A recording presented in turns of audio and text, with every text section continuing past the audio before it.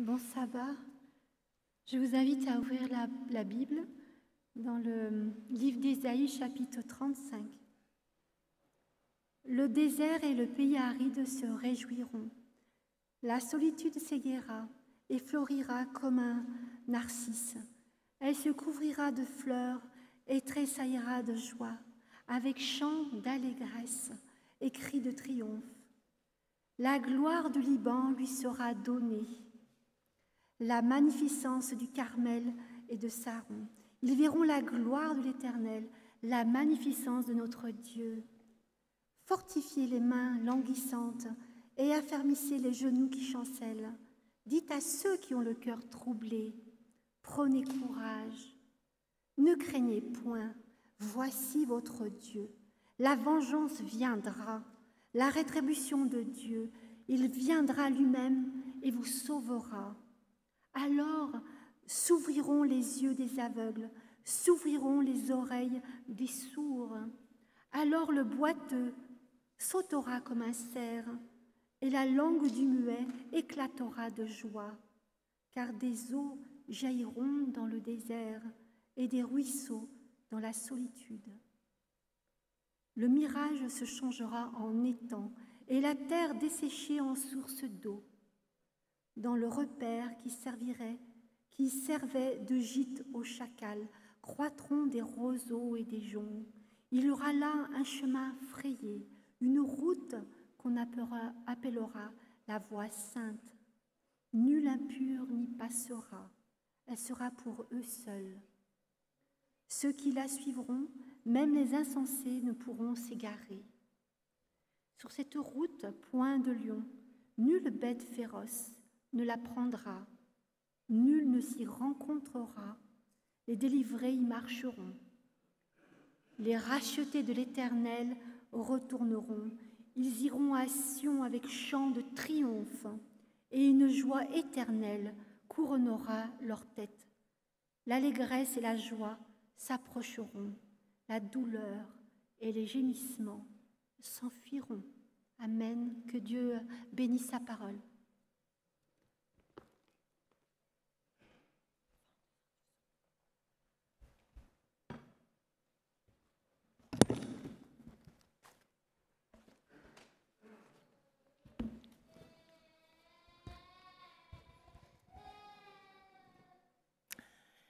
Eh bien, on va continuer avec une histoire. Et j'aimerais la dédier particulièrement à tous les jeunes, je sais qu'il y en a plusieurs à l'arrière-fond, de notre Église, à tous les enfants, à toute cette jeunesse montante qui va faire face avec nous à une période de transition.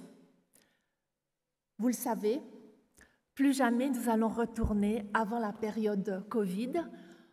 Un monde nouveau est en train de s'ouvrir et nous sommes en période de transition. J'aimerais vous raconter une histoire vieille de plus de 3000 ans. C'est-à-dire, on remonte à la première croisade, c'est à peu près 1000, après Jésus-Christ. On remonte au temps de Jésus, l'an plus ou moins 0. Et puis on remonte encore 1000 ans et plus de 1000 ans avant, et on se trouve au temps des juges.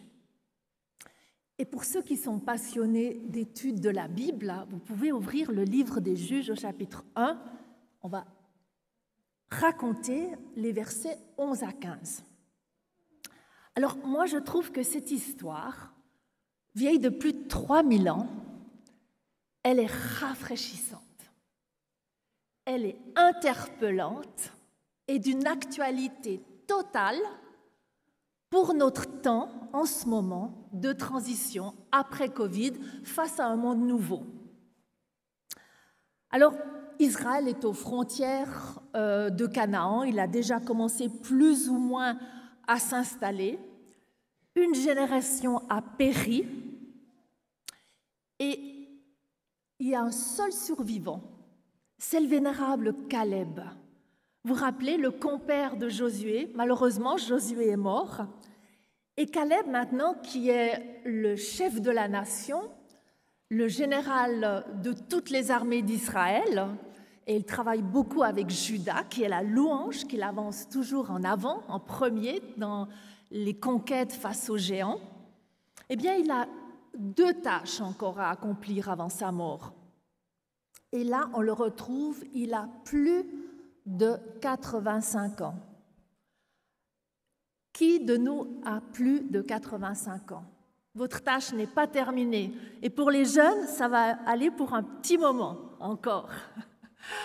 Rappelez-vous, lorsque, après le désert, ils arrivent juste aux portes de Canaan, Caleb dit à Josué, et c'est dans le livre de Josué que vous pourrez lire ça, il dit « Écoute, je vois qu'il y a des grands géants, Israël est toujours un petit peu timide par rapport à ces géants, il y a une montagne remplie de géants, eh bien donne-moi cette montagne, moi je vais aller la conquérir pour notre Dieu. » Et c'est ce qu'il a fait, et il a reçu la ville d'Hébron en récompense de cette conquête à 85 ans d'une immense montagne remplie de géants. Alors Caleb, maintenant, il est un peu fatigué, vous comprenez. On le retrouve, il a certainement 90 ans, 90 ans pour les Français, et il doit encore conquérir certaines villes remplies de géants. Et il a aussi un petit souci, c'est que sa fille n'est pas mariée. Alors il faut qu'il trouve un plan qui accomplisse les 2 objectifs. Alors il dit, d'accord, celui qui conquérera la ville de Débir, qui doit être conquise encore, je lui donnerai ma fille en mariage. Et effectivement, le défi est lancé, et l'homme qui se trouve à la hauteur de remplir ces 2 objectifs n'est autre que Othniel, qui est le premier juge du livre des juges, de toute une série de juges. Alors voilà, c'est une conclusion heureuse, le récit peut se terminer là, il est complet. Le sort d'une femme est décidé par 2 hommes. Et vous allez me dire, mais attention Viviane, c'est pas très inspirant cette histoire. C'est pas tellement à la mode pour les jeunes. Revenir au temps d'Israël, 3000 ans en arrière, c'est pas inspirant, rafraîchissant, actuel. Et nous, en tant que femmes, je ne sais pas comment c'est pour vous, mesdames, mais moi, ça ne me fait pas du tout envie. Mais le récit ne s'arrête pas là. Et si vous lisez le texte, la prochaine scène nous transporte lorsque la jeune mariée arrive chez Othniel et il est fait allusion à la dot qu'elle a reçue. La dot reçue n'est rien d'autre que les terres du Midi. Et ça représente plus d'un quart de toute la surface d'Israël. C'est le grand désert du Negev. C'est une dot généreuse et digne d'une fille de chef épousant le héros du jour. Cependant, quelque chose ne va pas. Apparemment, les hommes, ils n'ont pas pigé. Ils sont peut-être trop absorbés par leur conquête face aux géants, face à l'établissement et au partage dans le pays. Mais Aksa, parce que c'est le nom de la fille de Caleb, Aksa, elle a tout de suite vu ce qui manquait. Son père lui a donné un immense territoire, mais c'est un désert et il n'y a pas d'eau. Donc, pour le faire fructifier, pour le faire foisonner, il lui restera que des citernes et à la bonté de la pluie qui va descendre, n'est-ce pas? Et elle conçoit tout à fait qu'il lui faut des sources d'eau si elle veut faire de la citronnade avec son citron. Donc, elle va agir sans tarder. Vous allez voir dans le texte, elle parle à son mari, elle l'incite à demander à Caleb un champ, une nouvelle terre, remplie d'eau, remplie de sources.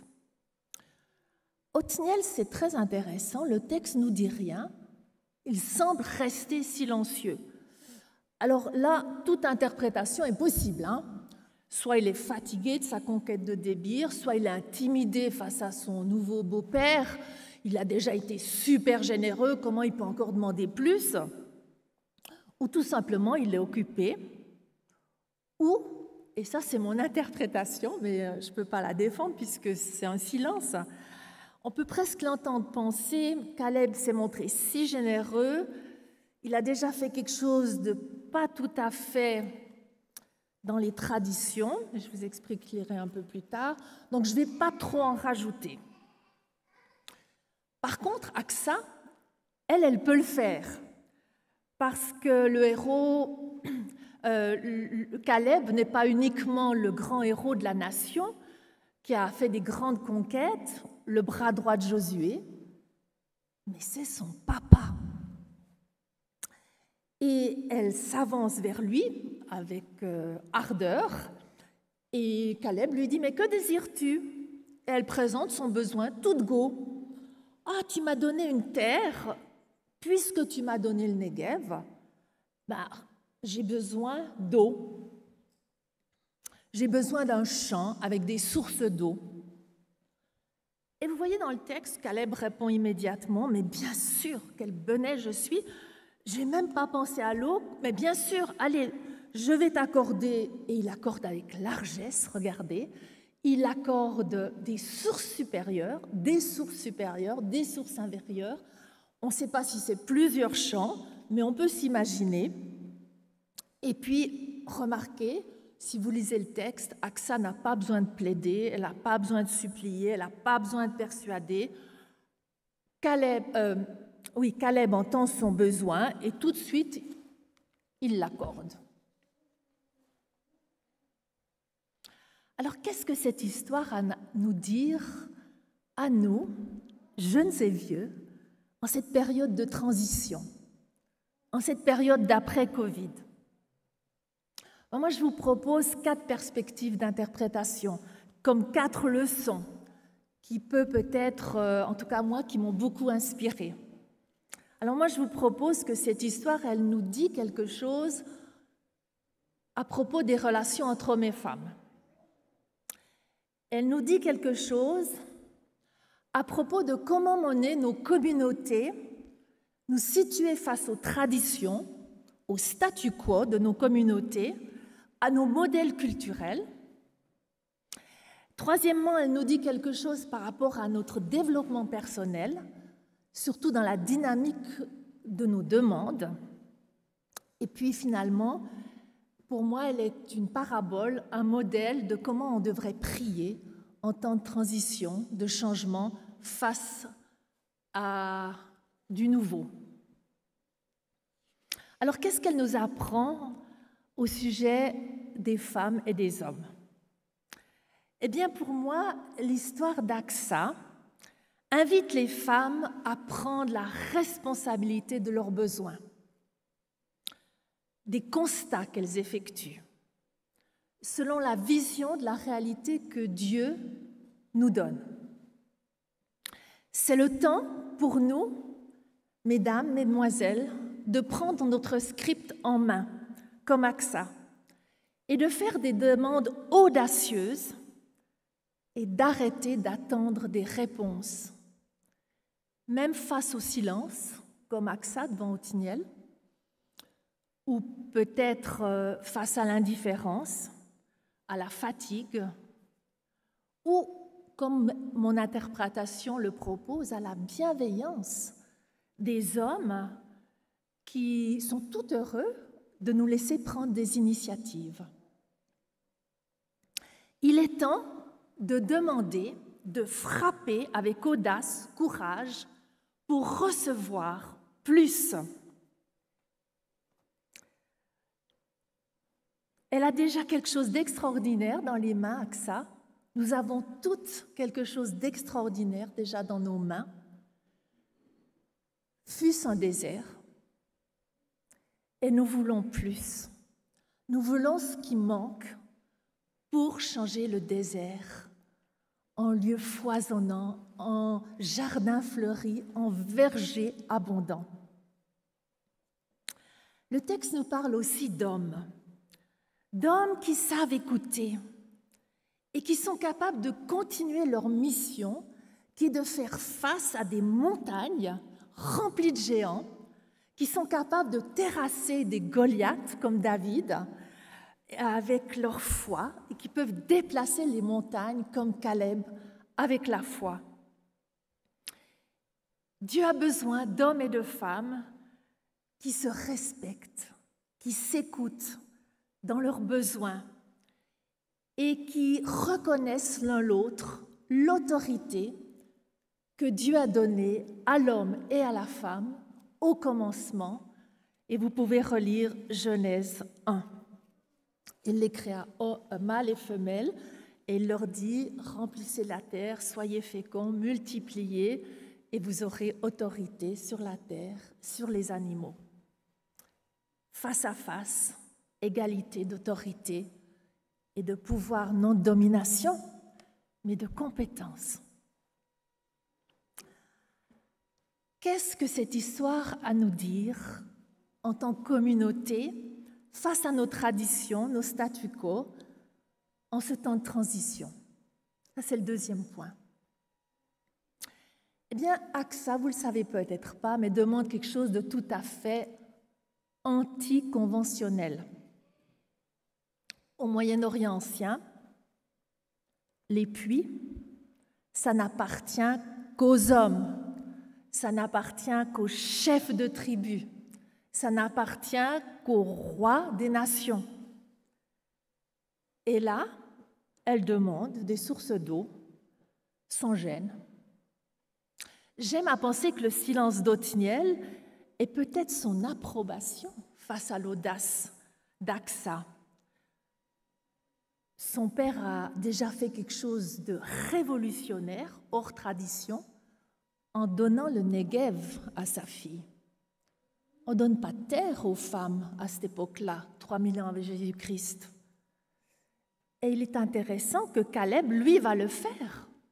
Il donne le Negev à sa fille.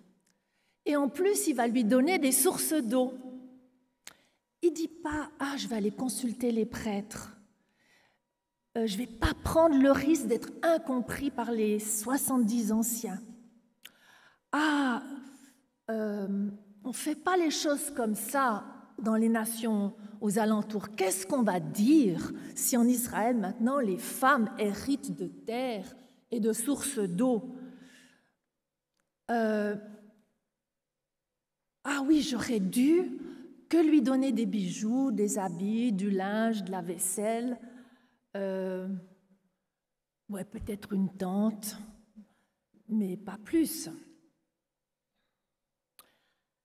Caleb n'agit pas comme ça.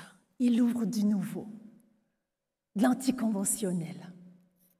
Il n'a pas peur du qu'en dira-t-on. Il n'a pas peur de ses leaders, ses co-leaders. Et s'il agit comme ça, c'est intéressant, il a un précédent, notre grand et cher Moïse. Et maintenant, avec Caleb et Moïse, nous, on en a deux. En effet, Moïse avait pavé le chemin de la décision de Caleb d'ouvrir des choses tout à fait nouvelles. Il avait répondu aux filles de Tchelophéad, à Malcha, Noah, Ogla, Milka et Tirsa. Et vous pouvez lire cette histoire dans le livre des Nombres, au chapitre 27, les versets 1 à 11, et aussi 36, 1 à 12. Je vous laisserai relire cette histoire. Eh bien, ces filles, elles voulaient la descendance de leur père quand elles seraient arrivées en Israël. Et voilà, Moïse, à nouveau, dit pas que le temps n'est pas opportun, qu'il faut se conformer à la culture ambiante, qu'il faut revenir un autre jour après qu'on ait consulté un nouveau concile, une nouvelle conférence générale, un comité. Non, il dit tout simplement « Ah, je vais amener la question au Seigneur ».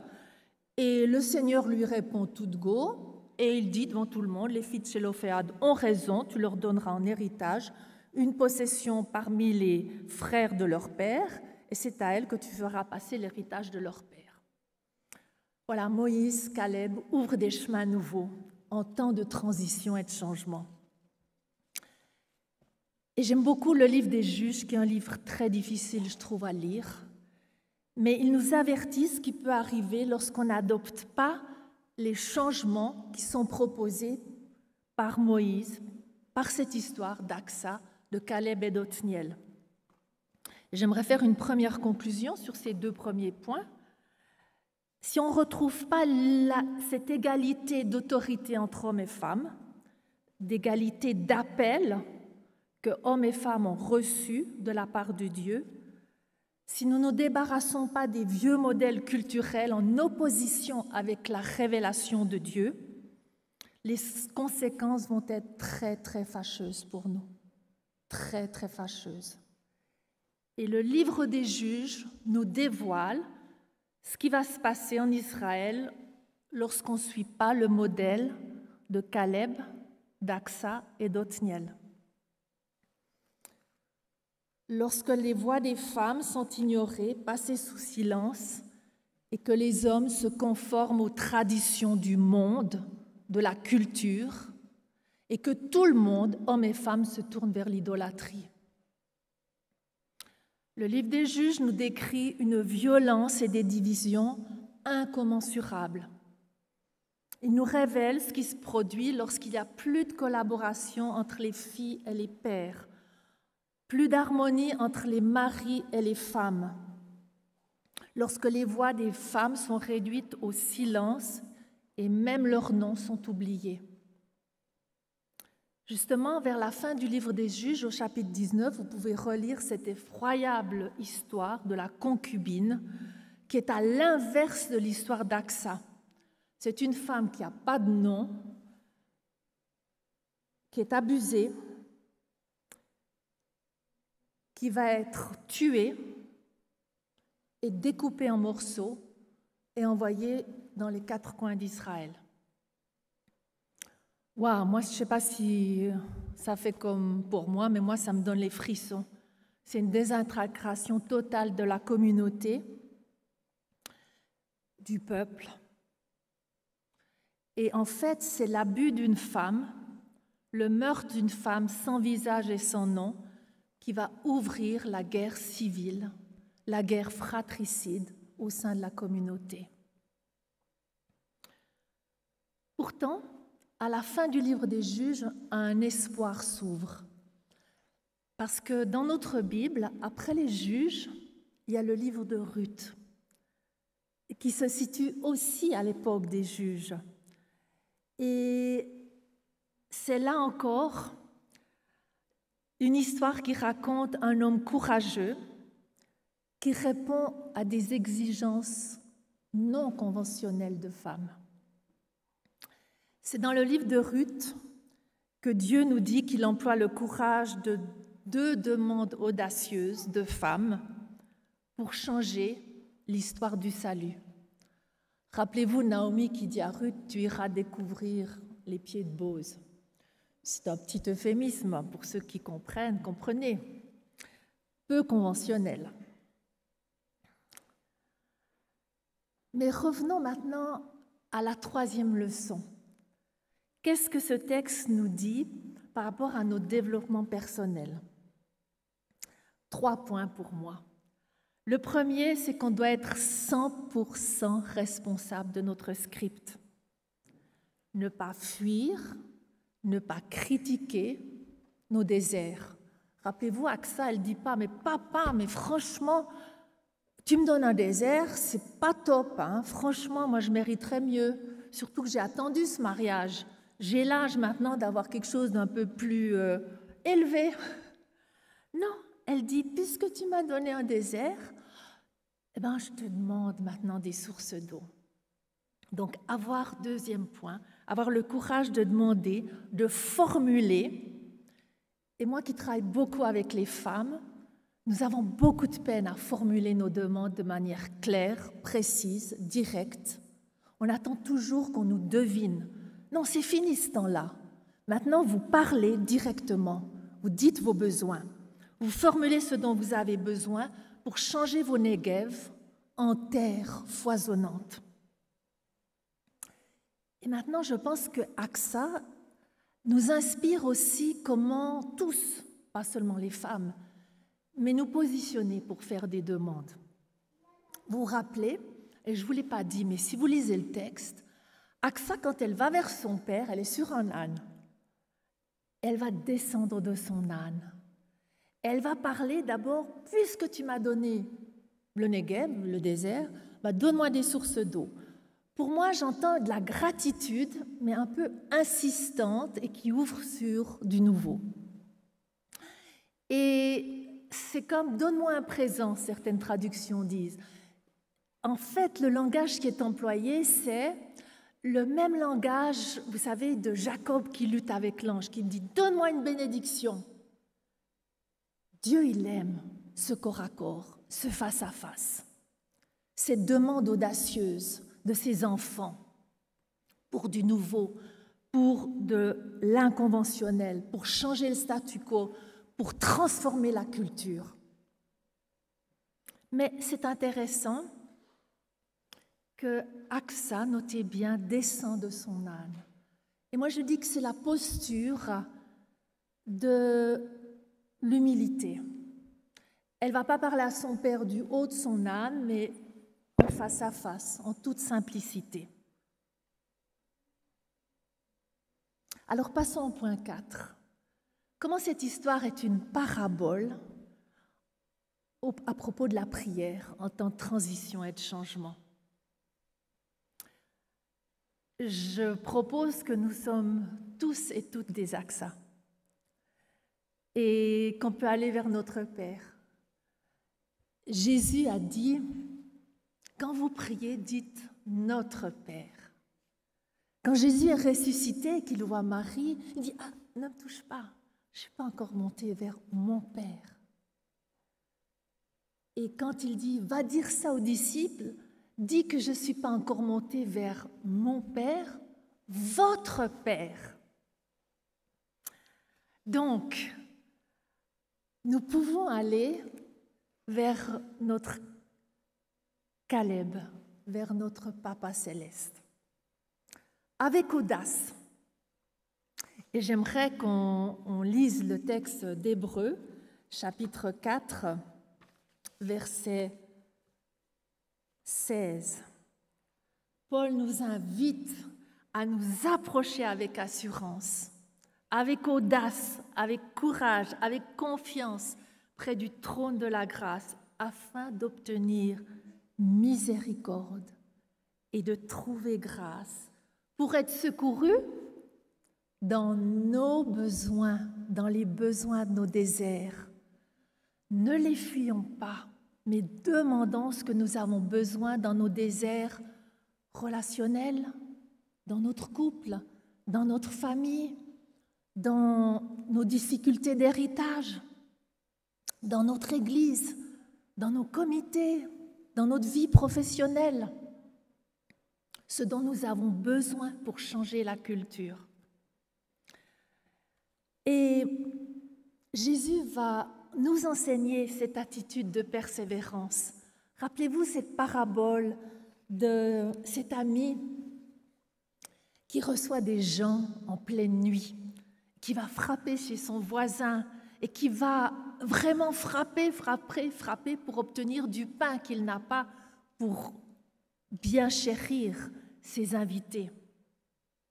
Luc 11, versets 11 à 13, il est dit « Quel est parmi vous le père qui donnera une pierre à son fils s'il demande du pain, ou s'il demande du poisson, lui donnera-t-il un serpent, ou s'il demande un œuf, lui donnera-t-il un scorpion? Si donc, méchants comme vous l'êtes, vous savez donner de bonnes choses à vos enfants, à bien plus forte raison, le Père céleste vous donnera-t-il le Saint-Esprit à ceux et celles qui le lui demandent. » Audace, persévérance audacieuse, mais aussi humilité. Et pour moi, je trouve que Jean décrit ça très bien dans sa première épître, au chapitre 4 et au verset 14, où il est dit « Nous avons auprès de Dieu cette assurance que si nous demandons quelque chose selon sa volonté, il nous écoute comme Caleb. » Et sa volonté, voyez-vous, comme Caleb, ça peut être très audacieux. Ça peut être en dehors de toute tradition, de tout statu quo, de tout schéma culturel. Ça peut être vraiment quelque chose comme AXA. Demander des sources. Et comme Caleb, le Père Céleste va nous répondre. Paul nous dit comment il répond. Éphésiens 3, verset 20. Or, à celui qui peut faire par la puissance qui agit en nous. C'est quoi cette puissance qui agit en nous? C'est le Saint-Esprit, infiniment au-delà de tout ce que nous demandons et même pensons. À lui soit la gloire dans l'Église et en Christ Jésus, dans toutes les générations, les jeunes comme les vieux, comme les personnes plus âgées, la nouvelle génération comme l'ancienne génération. Nous avons juste besoin maintenant d'obtenir ces sources pour changer nos déserts. Et vous savez que cette symbolique de l'eau dans la Bible, Jésus va la décoder pour nous. C'est le Saint-Esprit. Jean 7, versets 38 et 39, Jésus est à Jérusalem, dans le temple, c'est Soukhot. On déverse des immenses vases d'eau dans le temple.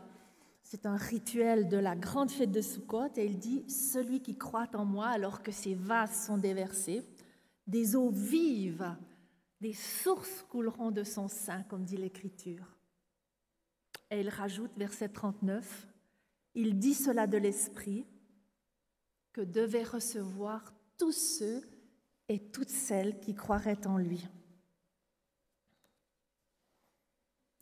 Je vais m'aventurer encore peut-être à décoder une possibilité d'interprétation, les sources d'eau inférieures et supérieures. Moi, je comprends les sources d'eau inférieures, c'est tout ce que l'Esprit dépose en tout être humain, qu'il soit chinois, bouddhiste, américain, indien, avec tout son type de croyance. C'est tout ce que Dieu a déposé dans l'être humain pour qu'il puisse s'approcher de lui.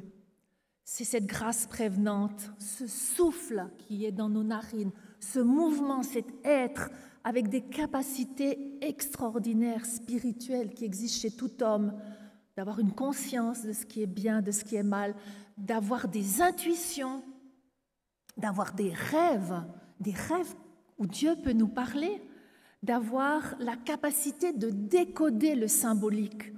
Tout être humain a cette capacité. Les sources supérieures, eh bien, c'est ce don de la grâce du Saint-Esprit lorsqu'on se positionne, lorsqu'on s'engage avec le Christ, avec Dieu qui vient sur la terre se révéler. C'est cet engagement par amour, par obéissance au baptême qui nous promet l'onction, les sources d'en haut. Rappelez-vous, Jésus à son baptême, il y a le Saint-Esprit qui descend et la voix qui se déclare, c'est « Celui-ci est mon Fils bien-aimé ». Quand vous vous engagez avec Dieu, et dans la tradition protestante, on sait qu'on est lavé, purifié, justifié en Jésus-Christ qui a porté nos péchés, on n'a plus à se préoccuper de tout cela, on peut aller en nouveauté de vie, mais ce qu'on oublie souvent de souligner, c'est qu'on est adopté. Vous êtes des fils et des filles de Dieu et vous pouvez aller vers votre Père avec audace, demander des choses incroyables, non conventionnelles pour changer vos statu quo, pour changer vos circonstances, pour changer votre situation.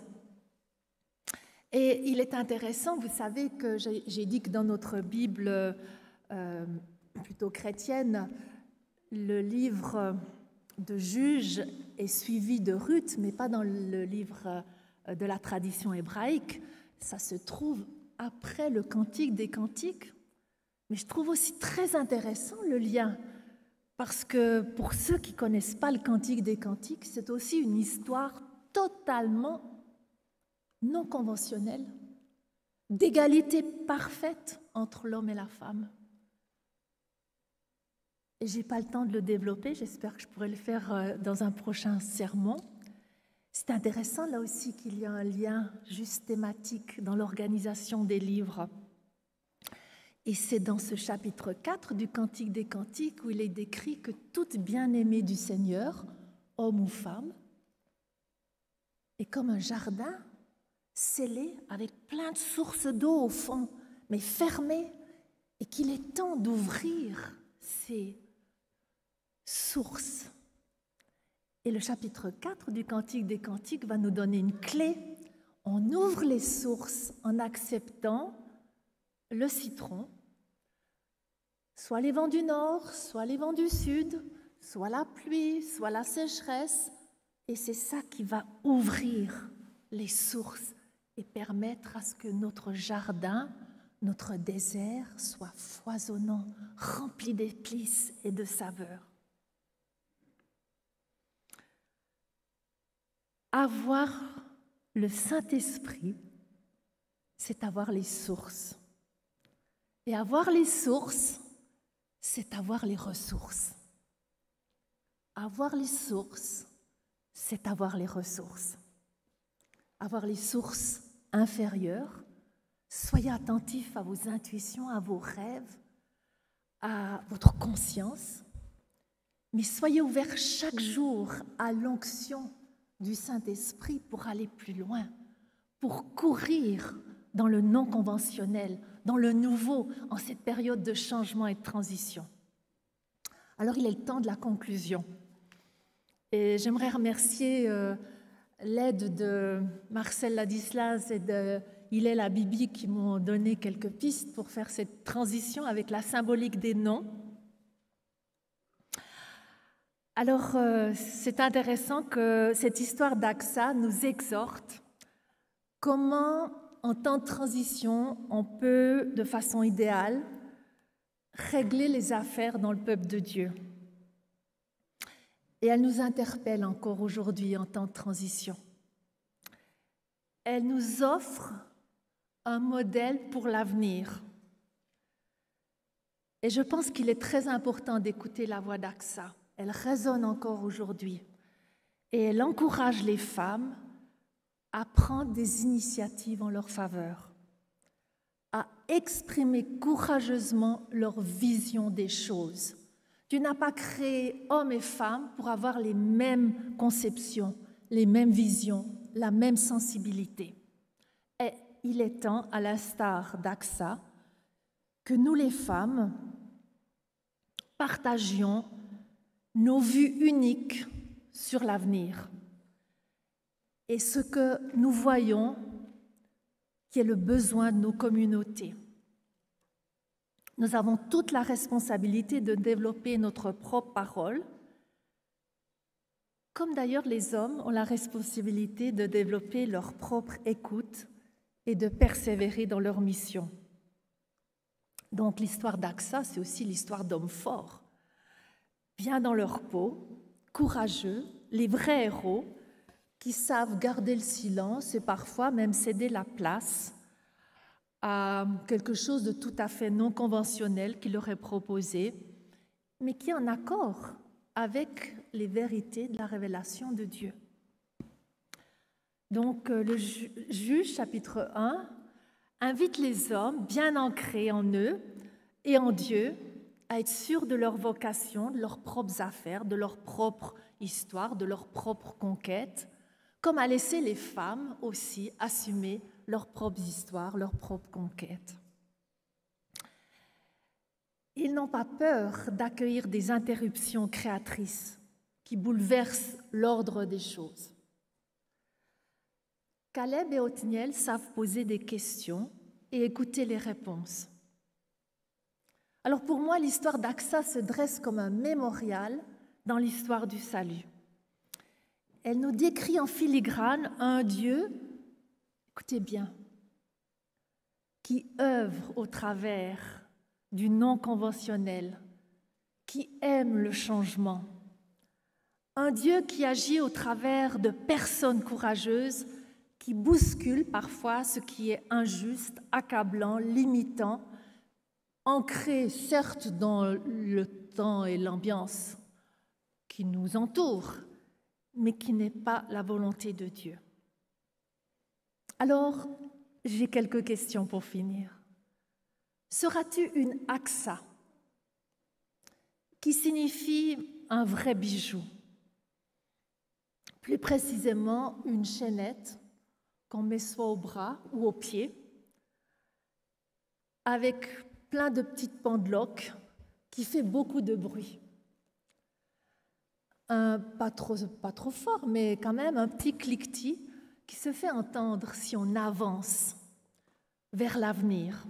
Seras-tu une axa qui va avancer avec ton doux bruit pour ouvrir du nouveau, pour ouvrir à d'autres personnes la joie de danser et de chanter pour entrer dans le nouveau pays promis, la Canaan céleste. Et toi, peut-être seras-tu un Othniel, une personne qui signifie Dieu est ma force ou le guerrier de Dieu, ou encore celui qui est le signe des signes, celui qui est le temps de Dieu, qui sait garder le silence, qui sait parfois se retirer pour laisser place à de nouvelles initiatives qui bousculeront toujours le statu quo.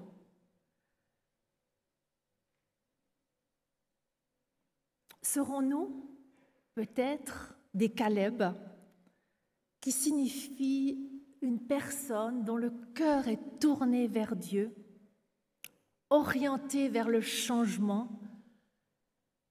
vers ouvrir des champs tout à fait innovateurs, généreux aussi, et toujours fidèle au cœur gracieux et merveilleusement amoureux de Dieu envers nous. Seras-tu une Axa, un Othniel, un Caleb? Serons-nous, comme Jean-Claude Verrecchia le proposait lors de son sermon de la Pentecôte, le visage au vent, le visage ouvert aux sources supérieures, face au Saint-Esprit, pour décoller et aller vers de nouveaux horizons?